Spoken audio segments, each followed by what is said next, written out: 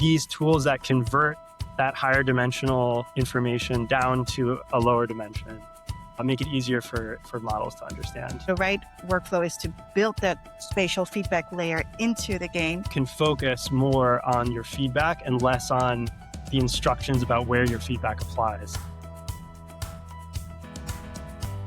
Emerging practices for building with agents. See new angles. Try different approaches. Build more powerful things. I'm Christine Yip. And I'm Brandon Kase. And this is Superlinear. Today, we're going to talk about a pattern that we've been noticing, which is the higher dimensional interactions between humans and agents. Well, what does this actually mean? Maybe, Brandon, you can start us off and explain what the different dimensional interactions are. When we think of one dimension, I mean like a line, yeah? And then let's say 2 dimensions, you can think of as a plane. And so when we think about dimensionality in the way in which we communicating with text, with information that you type or you speak, or on the other side that you read and you listen, this is one-dimensional because the order of the words that are expressed is important in the information that's being shared. Does that make sense? Right. So it's one-dimensional because it's all about the order, the sequence, like which word come after that word, sentence after sentence. It sounds like that's also the way that agent processes things, right? Like a stream of tokens in a certain order. Exactly. And yeah, I think there's now multimodal models that break apart images and other audio maybe into tokens. At the end of the day, these tokens are being fed in a certain order, one at a time. And so because of that, yeah, agents are really good at processing linear information. So, and as people, we're good at speaking linear information as well. Now, but maybe before we go too deep into that, let's just quickly talk about 2 dimensions. So, what we see with our eyes, images, this is a 2-dimensional input to our bodies.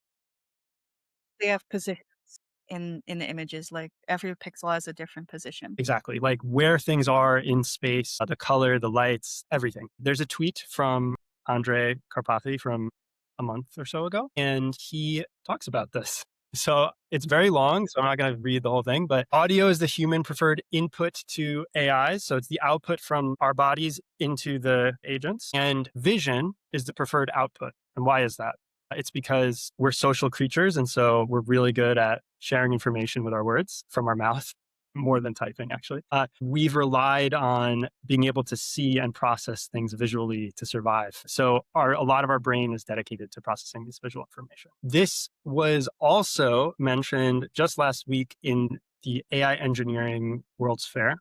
So Alan Pike did a talk called Voices In, Visuals Out. Anyway, he mentioned this concept. The talk is more about like UI, UX and latency budgets when working with these modalities with a custom agent. So I guess we are seeing that people are thinking and moving beyond just text or voice, like the one-dimensional forms that you mentioned, and they're moving more towards the multidimensional form.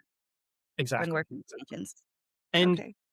The Codex and Claude and all the popular models have supported sharing images for a while. And that's something that lots of people are using in their workflows. But as we mentioned before, agents are not very good at understanding what you mean directly from an image, even though as humans, we are really good at understanding information that's coming in as an image. So there's this impedance mismatch. Right. So this is where this practice is emerging that we're going to focus on here. Agents are different. Like we said, they process tokens one at a time. And so it's most effective if you want to be precise to communicate more linearly with the agents. And it's most effective as a human to receive information visually. So there's this 3-step process that we can talk through. It's a cycle, right? So we have to pick somewhere to start from. But let's start from rendering. So we see information in 2D. And then if there's some way that we can annotate that 2-dimensional space, that's good for our brains. And then this 2-dimensional information needs to get translated into 1-dimensional information for the agents. And then the agents are going to do something that's also 1-dimensional back, typically, for most things that you're building. And then you might want to render that as 2 dimensions to consume it as a human better. Does that make Cool. sense? Yeah. So basically, we're converting the shape the whole time to make it easier for the the processor to process it. And I guess when the agent outputs 1D, this concept is about changing it to multidimensional, in this case, two-dimensional output. So we can easily evaluate and review it. And then when we annotate, it gets translated again into 1D, a form that agents can easily process. Yes. That makes sense. Yeah. So maybe we should show some examples. So there's a there's a really interesting tool that I think more and more people are starting to use. It's called Planotator. And I'm going to just show an example of using it. So this is about turning the iteration process of nailing down a plan or a spec with the agent into something uh, rather than just a one-dimensional conversation with the agent. As a human, you can communicate in two-dimensional space. And that gets translated down to one-dimensional space for the agent. This is just for an example. We thought, okay, let's just talk about something with the podcast stack. So I said, hey, Fable, let's make a plan to add Substack to our podcast publishing window. And because it's Fable, a lot of this is probably good. But just for the purposes of this demo, Planotator has these nice tools here. So we can remove things that we don't care about. We can comment on things like there is a public API. Anyway, and you can mark up the plan, right? And then depending on how you install Planotator, you can send the feedback directly back to the agent, or you can copy that feedback. And what gets copied is a one-dimensional translation of this information. When you have a lot of comments on a huge document or a huge block of text, it's much easier to have a translator like this. So the agent can receive very precise feedback. This is one of the basic examples of how this translation between different shapes work. Here's another example of this. Now, there was this tool called Agentation, which was popular early on in the coding agent revolution that did the same thing, but for websites. So you could mark in two-dimensional space some part of a website to give feedback on. And at this point, Codex and Claude, both in their first-party apps, have this kind of functionality built in. And I know a lot of people are still using the CLI for everything. And I just wanted to show that it's something that I think more people should play with if they haven't, if they're working with something on the front end. So this is the new Superlinear website, and this is Claude. This is Claude's desktop app, and so this is the actual rendering of the website here, and I can hover over different components. For example, this arrow, click on it, and then make it red, and give feedback on that particular component very, very precisely. And and again, it's this feedback loop where, as a human, I see two dimensions. I'm able to mark up and annotate that two-dimensional thing, and then that gets translated into some one-dimensional representation when it goes back. Because it's much easier than to be okay, Claude or Codex, this arrow on the top middle side of the page, that should be made red, or this card on the right side of the page should have more spacing. Because of that tool that you just showed us, you can do it much more concisely and also precisely. Yes. It's precision, concision. Also, you can focus more on your feedback and less on the instructions about where your feedback applies when you're thinking about it. I feel like the part where we get the agents to translate their 1D output to multidimensional output, that's something that most of us have already mastered. We just get the agent to generate an image, a schema, or mock-up of a website. But what I had not mastered before, personally, was the annotation step. So I was building this game. It is a tactical game, so there are a lot of rules, and you have to specify everything, make sure everything works correctly for the system to behave well. So during the playtesting, there's often things that are not exactly correct. So when you give feedback, you have to give your coding agents feedback in text. So unless the workflow helps you capture that spatial context, you have to manually describe the location, the object, the state, the behavior.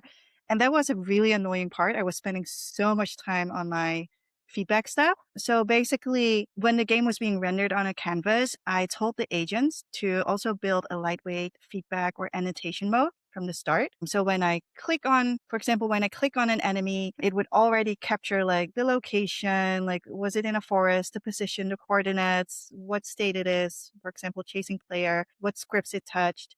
And then I would only need to like give the feedback. Well, related to all these things, I actually need the enemy to respond in this way. So basically that tool translated my spatial click into something that was agent readable context. So yeah, I think my takeaway for me was when play testing a game or building a more complex project, and when the feedback is naturally very spatial, then the coding agent needs that feedback as a text. So the right workflow is to build that spatial feedback layer into the game. So you can click the thing, capture the context, and then the agent can turn that annotation into code. Yeah, so cool.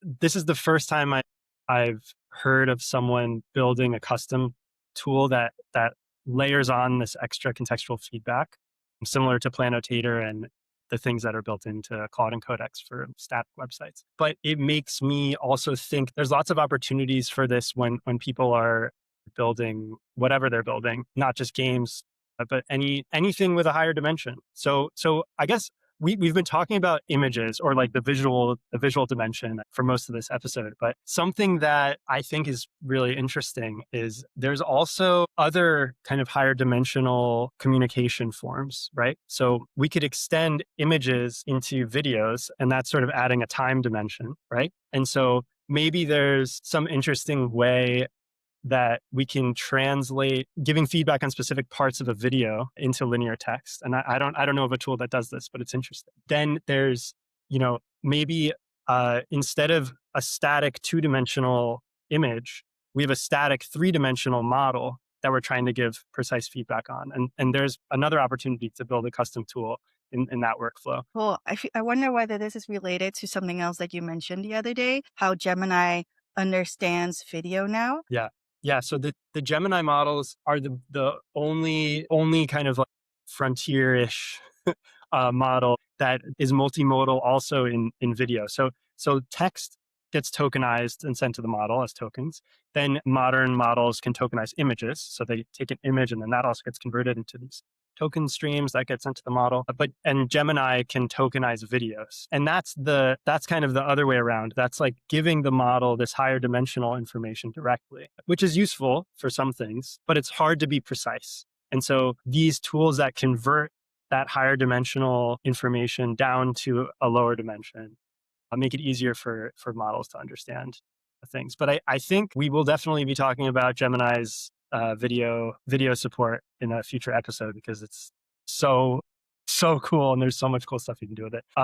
But we won't talk about it now. I'm excited about that future episode. Yeah. So I guess maybe to like summarize all of this, it sounds like a lot of the AI products and workflows, they're moving beyond like plain back and forth chat towards like creating more, like you said, higher dimensional interfaces where maybe humans speak and type linearly, but then when they get the output from the LLM, they review and interact with it more spatially. Exactly. While we're seeing this 2-dimensional and 1-dimensional translation right now, I'm really excited to see different communication forms translate between the dimensions, like we were kind of gesturing at earlier.